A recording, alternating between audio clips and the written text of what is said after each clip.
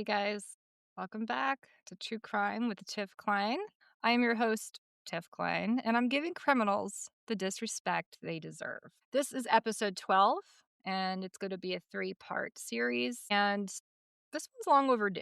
This one has been near and dear to my heart. This one has been the inspiration of a podcast.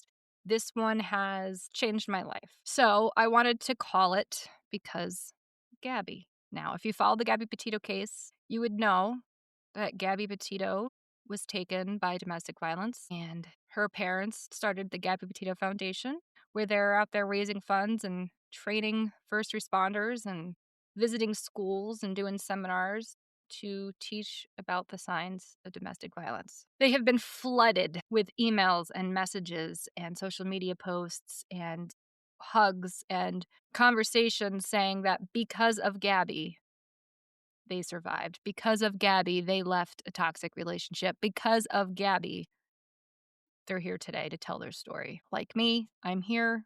I have a voice, and my mission is to help people as much as I can. And if it saves one person, then that is the goal. So, I took some time to write this one out. I didn't want to wing it. So this episode will be episode 12, and it will be done in 3 parts. So bear with me. There is some time jumps because when you endure trauma, things become a blur, and sometimes your timelines don't match up. And that's just your brain's way of protecting itself. And I hope you take something from this. This is very emotional for me. This was very needed, very much needed. Although I've spoke to people about my story, and I did an interview with Nikki Schmidt, Gabby Petito's mom, about it, I never really put it in detail what I've been through. And it's hard to give people that insight without feeling ashamed, embarrassed, or judged. But I'm past that because it happens, and it wasn't my fault, and I'm still here. So without further ado, I'm going to start episode 12. And again, this one is long overdue. I didn't want to rush it because I hold this one near and dear to my heart. I hold Gabby near and dear to my heart because, well, I've grown, I've survived, I have found strength, I have found love, resilience, and like millions of other women and men, I was Gabby. Now, obviously, we were 2 different people, but we were the same, and I'll tell you why. I made some life choices that I didn't at the time would know that it would forever change my life. It would forever change me. It would forever change my brain chemistry and how I existed in this world. And it forever changed my perception on men and love. I met one of my exes online on March 10th, 2009, on the app called Are You Interested, which was basically the Facebook's Tinder of the early millennium. I swiped left and I saw him. Someone from the hometown where my grandfather was born and raised. Someone who went to high school with some of my cousins. Someone who lived near where I grew up. But the ironic thing is, I moved to a different state 10 years prior. It's funny how the world works. It's funny how one decision can forever alter your life in the blink of an eye. So, how is my story like Gabby's? I'll tell you. I was 20 going on 21, and I met this man online that gave me all the attention I ever wanted. 600 miles away. Endless phone calls and a lot of AOL messages, staying up all night while he worked on the road and I was at college, and we would talk every night until I fell asleep. We talked for 2 months, and it was a rush. I had to meet him. So I traveled to Pennsylvania with a friend.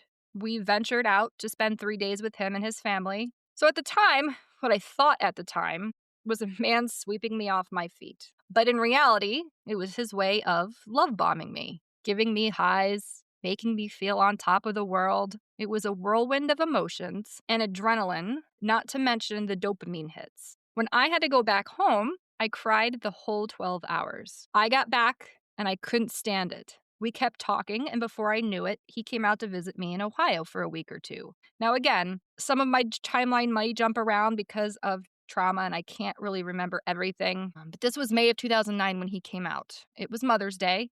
He asked me to move back to Pennsylvania with him. I was from a small town in the very bottom of Ohio, and at the time, I would have told you I left because I found the love of my life. And I wasn't going to let my fairy tale go. If you ask me now, 17 years later, I'll tell you it was my ticket out of a small town.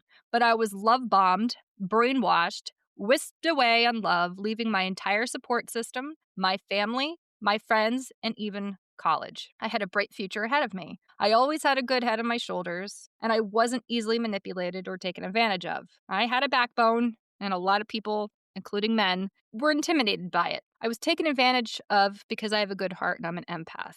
The next morning, without thinking twice, I packed what I could in a tote and left everything behind. I didn't think twice.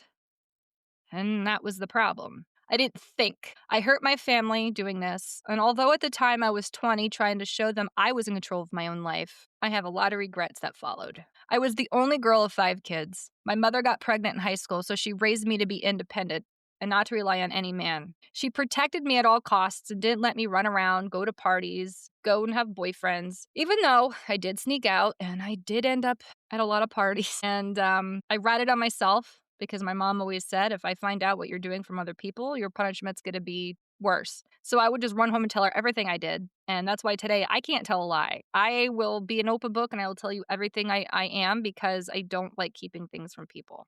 But I'm learning to rein back on that. My mom didn't want me to be held back in life. I felt like an animal in a cage. Now imagine being 17, 16, 15, and all your friends are out partying, having fun, having boyfriends, and you're just grounded all the time because, well, you run your mouth and you deserve it. But the chains were so suffocating, and I just wanted to break free and live my life. At the time, I thought my parents just couldn't let go of control. But looking back, I realized they were trying to protect me, maybe not in the ways they should have, but in the only ways they knew how. So when I left, my mom would not let my brothers talk to me for 6 months, my stepdad included. I guess she thought because if I had no contact and she took away my brothers, I would come running back home, but no, it actually did the opposite. It made me mad, it made me infuriated, it made me angry, and I didn't go back. And I'm still here 17 years later. I think I went back once, maybe twice, but I live 600 miles away for my own reasons. Now, at this point, you're probably like, Tiff, how is this like Gabby's story? Like Gabby, I was in my 20s. I moved to another state with my boyfriend and his parents, and I had no car because it previously got rear-ended in Kentucky. I had no friends, no money, no job, no life, no car, but I was free. At least that's what I thought. But was I? Was I really free? Or was I walking into a trauma bond, a life of post-traumatic stress disorders, depression, anxiety, abuse, and being controlled even more? Yes. Yes to all of those things. Months went by, and we got our first little apartment in Scranton. It was a shithole, but I was proud of my first apartment. Then one day out of nowhere, we were watching movies and something happened when I went into the bedroom and he hit me with a mirror over my head. I remember crying, calling my dad, and my mom was in the background, yelling something. Now, again, this was 2009. But I remember crying and just calming down and telling them I was okay, I was just homesick, and I'm fine. So I get off the phone and he apologizes. I don't even remember why he did that to me. I have no recollection of what led up to that. I just remember watching movies and the next thing I know, I'm on the floor. So, of course, over 9 years, things are a blur. And I fell for the pity party for the first time. And it was a woe is me bullshit story. And I accepted his apology. And he made me breakfast. And the next day was supposed to be all good. That's it. Everything would just go back to normal the way it was, right? It was okay. It wouldn't happen again. No way would he hurt me again. Until it did. Until he did. Again and again and again and again and again and again for 9 years. The next time, I don't know what I said or did again. It's a blur. The next thing, I set him off, but he took a computer desk or maybe a plastic dresser, with the drawers that you can put small things in. I want to say a computer desk, but he threw it on top of me while I was on the floor crying because I don't know. I don't remember.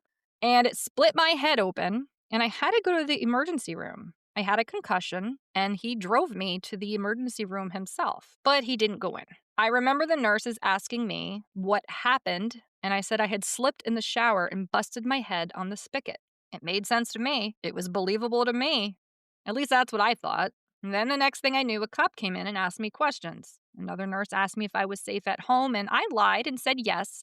So they took my words for granted, wrote it down in their notes, and exited the room. Once again, I got the I'm sorries, the breakfasts. This time I got flowers, the empty apology, and that he would never do it again. After all, he was the one with the issues and the bad childhood and the woe is me and how rotten and terrible he had it growing up. At least that were the excuses he gave me. And I guess in a way, it was his own way of justifying what he did to me. And like the empath I am, I allowed it and reminded myself it won't happen again. But it did, again and again and again. I was that girl that grew up and said, that'll never happen to me.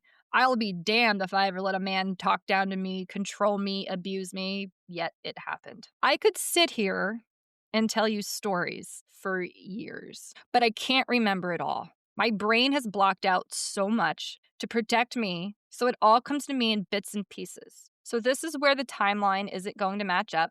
I apologize in advance. I'm just going to explain the things he put me through over a 9-year window. Stay with me. I promise this will all come full circle. Over the years, I suffered from many black eyes, a chipped tooth, a dislocated shoulder, bruised fingers.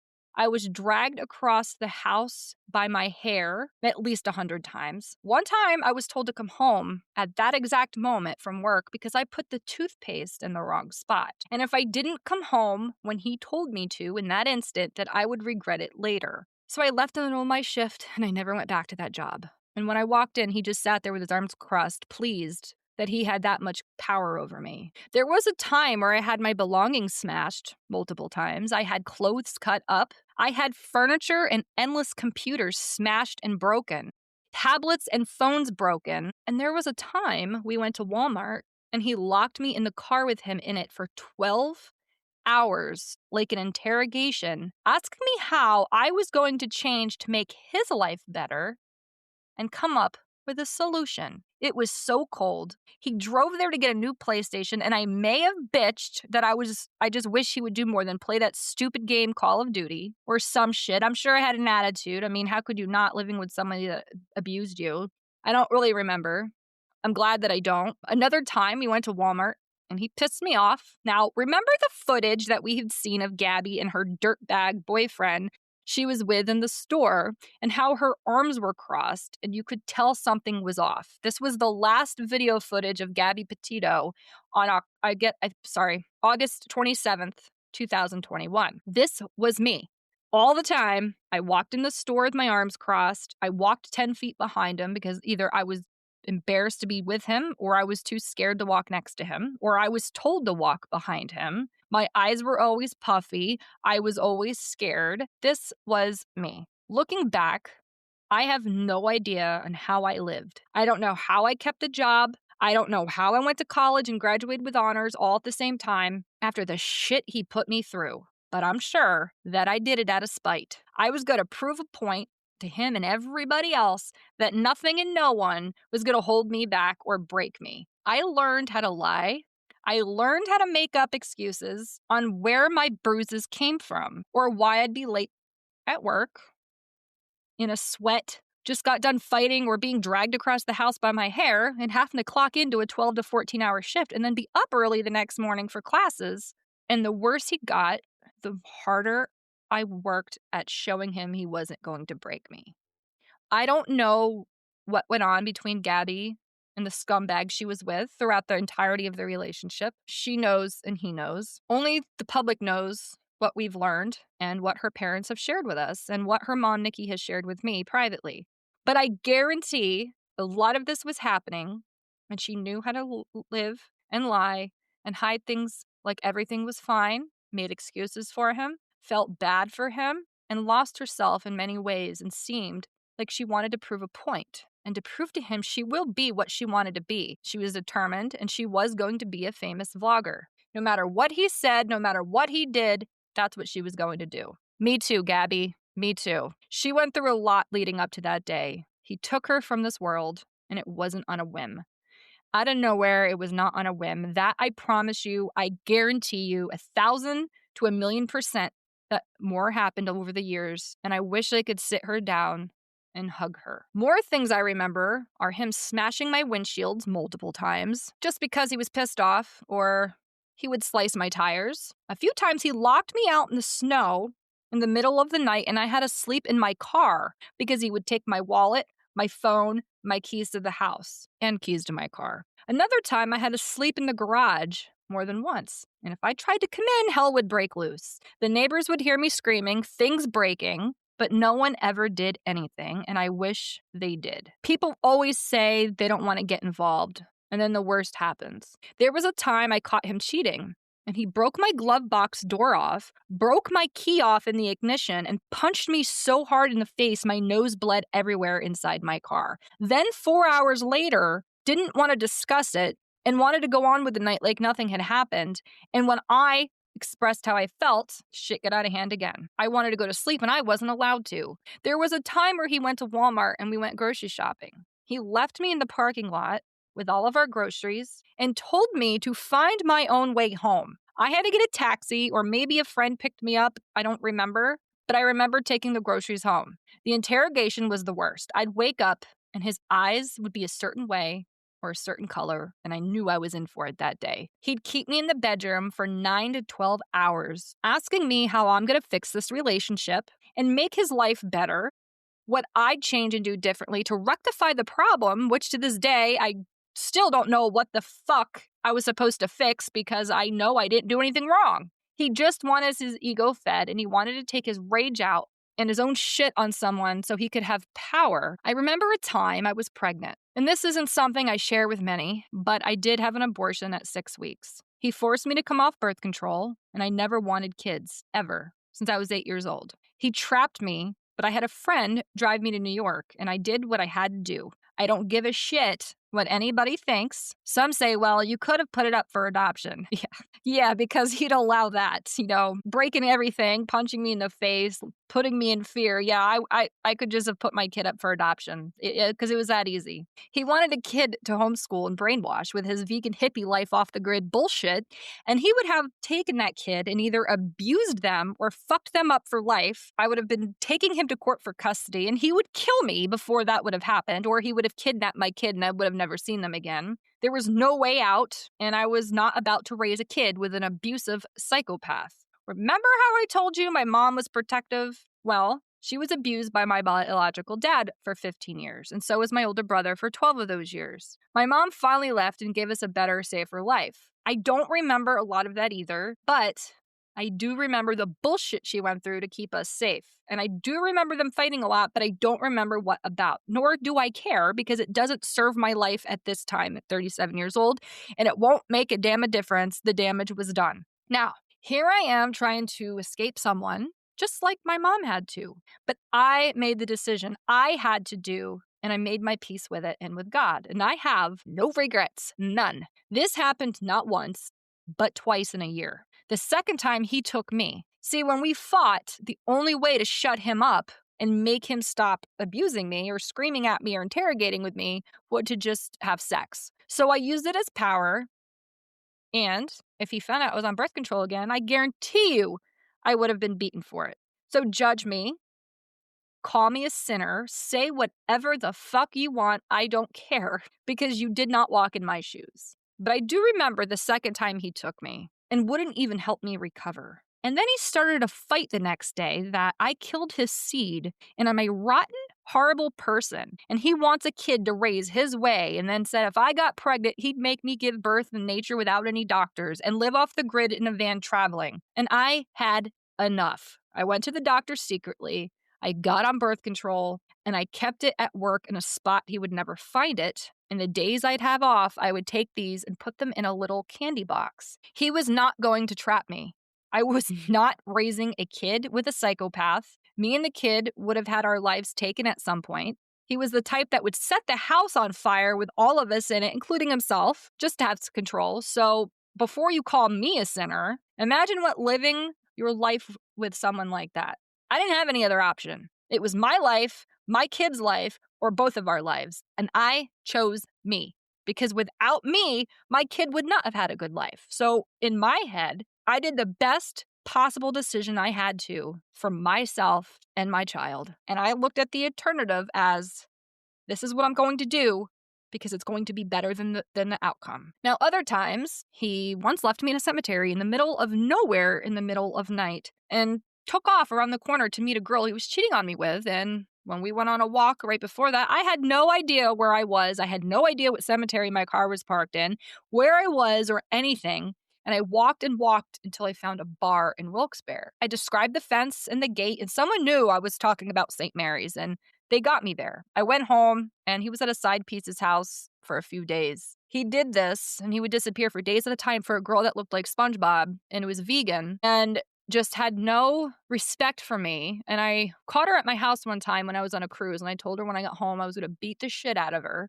And if I ever catch her on my property again, it's game over. Of course, I got in trouble for that. I was the one that got abused for sticking up to myself. So he would disappear for days at a time and block me on everything so I couldn't bother him and her. Then come home and not want to deal with the accountability. If I tried, I'd regret it. I came home from work one time, and he managed to get a moving truck and emptied our entire house, except for my clothes. I shit you not, without any explanation, and I slept on a cold linoleum floor, crying myself to sleep, only for him to just move everything back in the next day. I was dealing with a psychopath, so the fucker unloaded the entire house because he was a mover. There was nothing left in that house except my clothes. And then the next morning, just moved it all back in.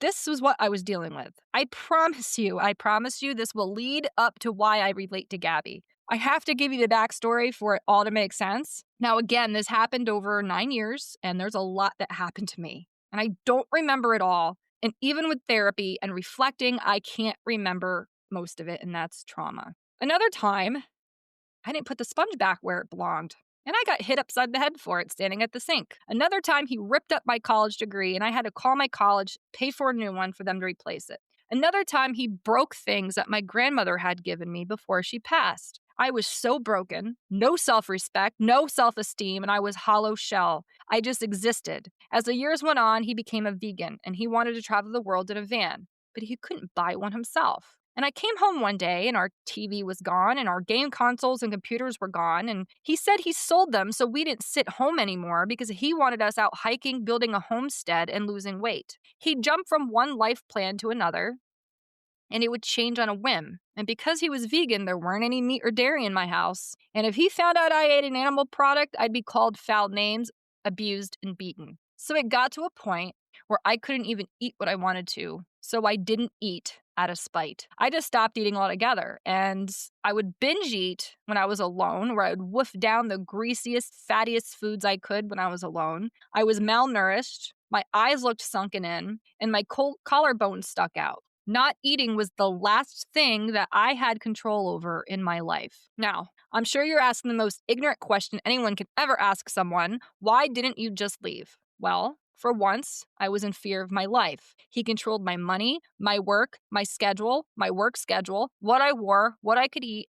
I never had a savings because I was always replacing the things that he broke. He'd cry for hours and scream, and it would always be about how shitty he had it growing up, blaming his parents for everything in return, and I had to pay for it. They knew he abused me, and they looked the other way. They, too, were afraid of him. They'd slip me money here and there, and they'd make excuses and say he's been like this since he was a kid. And there was a time his dad heard him hitting me and stayed in his room so he didn't get involved, and that was the night I was strangled. And I blacked out because he saw something on my computer that set him off. Because at this point, I wasn't staying there all the time, but I would stop in to get my mail. And I had my laptop, and I had been spending time getting to know somebody, and he didn't like that. So, he could go out over the years and cheat on me and abuse me and lie, but the second I started moving on with my life, I got strangled for it, which led to me protecting this other guy and started a long trauma bond with that one, but that'll be for episode 2. Towards the end, there was a time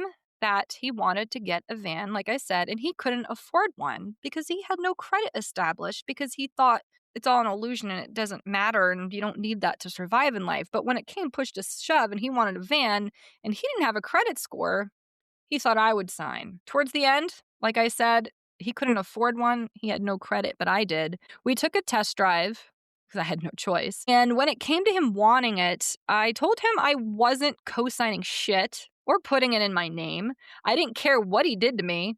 I was done and I was making an escape plan, and it was a matter of time before I was gone. It was get killed or hope it wouldn't get that far, but I refused to let him have any more control over me. So what happened? When he got home, he threw all my shit on the lawn, and I found him cheating again, weeks prior. I confronted him, and he just turned around and punched me right in the face and broke my nose. I gave more excuses. I lied to the doctors and my friends and my family until I had surgery to have my gallbladder removed. He was nowhere to be found. 5 days later, he finally showed up the morning of because I told him if he didn't, I was leaving to go to Ohio as soon as I was done with surgery. And my mom had flown in through a snowstorm, which his dad went to get her and brought her to the hospital. So his mom told my mom how my nose actually got broken. So I'm still in the hospital for a few days because I had some complications. I finally get home, and he wanted to go out and watch a football game at a restaurant in Dixon City. And I had just had abdominal surgery. I was in the hospital for 7 days, and I needed to rest, but he didn't care. So we all went out because, again, it was either go and shut up and not deal with him.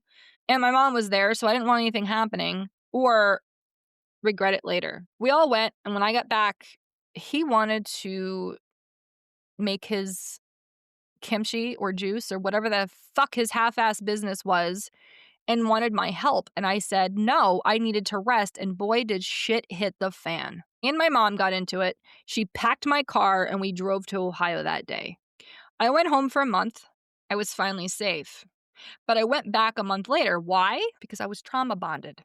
I missed living in the city. He promised he'd change, and my dumbass fell for it again. Little did he know, I had already been talking to somebody else. And I found a woman to live with off Craigslist. I wanted to come back to Pennsylvania because this was my home for a decade. I came back on March 9th, 2018. I made a choice on March 10th, 2018 to change my life when I was in a building full of people and he showed up with his whore, and I was talking to the guy at the time that I was kind of getting to know, and my ex's whore came up to me laughing in my face, basically like, haha, I win. And I was like, fine, have him. Enjoy getting punched in the face and dragged across the house. And apparently I screamed, I blacked out. I don't remember what I said, but I remember in that moment I took my power back and I never went back. I thought the new person I had met was sent to me from God. I thought, finally, I had met someone good, or so I thought. No. I met a monster, someone who never hit me, but did more damage with mental, emotional, and verbal abuse, narcissistic abuse, which to me is worse than physical in most ways. If you're a survivor, you'll understand. But before we end this episode and go to episode 13, the second part, here are what Gabby and I had in common. I met someone and it moved very quickly. I moved away to another state with my support system, friends, family, and college. I was isolated and alone. I didn't listen to my parents, but they couldn't stop me. I was an adult. I felt bad for my abuser. I walked on eggshells. I was manipulated, love bombed, abused, strangled, and he wanted to travel the world living in a van to live off the grid. Sound familiar? I was a social media manager, and he held me back. Told me I'd never become anything and tried to ruin any restaurant I worked for, leaving rotten reviews on their page because they served animals and I was determined to be someone. Sound familiar? I was also a food photographer, and he held me back. People wouldn't hire me because of him and how he would leave reviews on their pages to sabotage me. Once I left him, I won 3 awards, had so much work I couldn't keep up, had to go turn clients away, ran social media for 6 restaurants at one time, threw a food festival, was on the news twice, in the newspapers 4 times, and everyone knew who I was. Later, it led me to my career of the past 7 years in advertising for media. If I knew the signs then like I do now, I wouldn't have walked into this web. If I would have left the first time he made me cry or disrespected me, I could have saved myself. I could have saved myself 9 years of trauma and a lifetime of post-traumatic stress. I could have saved money on trauma and therapy. And now I compromised my immune system because of all the mental and emotional shit I have been through, not to mention the physical stress I went through. Living in fight or flight for almost a decade will catch up to you. I am now 37. It is 2025, and I feel every ounce of the abuse I went through. I am now autoimmune. My body now reacts to stress in many weird ways. I could be fine and then have a fever from stress. My lymph nodes swell, my body hurts, and I go out maybe once a month and I regret it for 4 days because I have chronic fatigue. and it just makes my immune system crash. I can't tell you all the times I'd call the cops or someone else would, and they would show up. And because both of our names were on the lease, I could not have him evicted. I was so ashamed, and I felt like a failure. I wouldn't go home, and I was a failure. I was a failure because I failed myself for staying in that situation. But I was in fear. The most dangerous time for a victim is to leave at the end. And they go back 7 to 8 times before they actually get to leave if they get out. In this next episode, I will go into how the next 6 years of my life went with someone else. A monster in disguise, pure evil, and he never even had to use his hands. Am I broken to these men? No. Am I worthless? No. Am I ashamed? No. Am I not able to be loved? No. Can I not have a healthy relationship with a man? Yes, I can, but I gotta find a man first. Stay tuned for part 2. This is where Gabby really helped me heal. Because of Gabby, I started speaking, I started healing, I started telling my story from the first abusive relationship I had. But because of Gabby, I left the last one a lot earlier than the one before him. Because of Gabby, I am able to tell you my story. So stay tuned for episode 2. And I want you to know there are resources out there. If you head to the GabbyPetitoFoundation.org, there are resources on their website. I'm on it right now. The homepage, you will see something that pops up that says, while we don't provide direct services or legal representation, we have gathered helpful legal and advocacy resources below. The National Domestic Violence Hotline offers free, confidential assistance. You can call 1-800-799-SAFE or text the word START, START, to the number 88788. And you could also chat with them live at thehotline.org. Gabby Petito's story has helped many recognize abuse in their own lives or those loved ones. We know that this can be triggering, so we encourage you to navigate this realization with care and the right resources. Below, you'll find the support to help guide your next steps. Many domestic violence homicides are predictable, and if they are predictable, they are preventable. That is from Kelly Dunn, the executive director at Geiger Institute. Now, if you go on the GabbyPetitoFoundation.org, there's a safety planning, there's ways to find help. They have a lot of different phone numbers, safety planning, how to support victims, National Domestic Violence Hotline, National Center for Victims of Crime, the RAIN, which is this National Sexual Assault Hotline, DomesticShelters.org, international resources. There's an alliance. There is events that they're doing. You can get involved and be a volunteer like me. I volunteered for the foundation. I sponsored and volunteered at their fundraiser back in June, and I plan on being there again this July. I am an advocate. I am a voice. I am someone who lived it and got out alive. And again, if you are in need and you need help, please do not hesitate to reach out to the National Domestic Violence Hotline. It's free. It's confidential. It's 1-800-799-SAFE, or you can text the word START, START, to the number 88788, or you can chat at thehotline.org. There's also many different resources on their website. Please stay safe, and I will tune you in on episode 13 on the second part of this podcast. Until then, this is True Crime with Tiff Klein, giving criminals the disrespect they deserve.